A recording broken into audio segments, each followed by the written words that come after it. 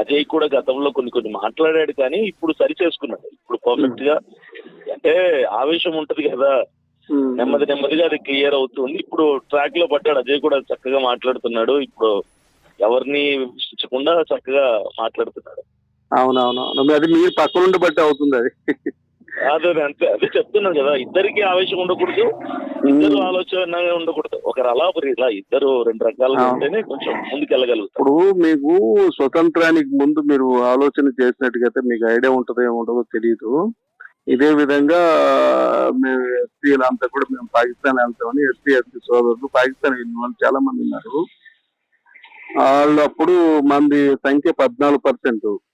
అందులో నాకు తెలిసి 7-8% ఎస్సీ సోదరులే ఉంది మన వాళ్ళు. ఇప్పుడు ఏమైంది, 0% అయిపోయింది. అదే ఎస్సీ మన సోదరులు ఇండియాలో ఉన్నట్టుగా అయితే ఎంత సంఖ్య పెరిగేది.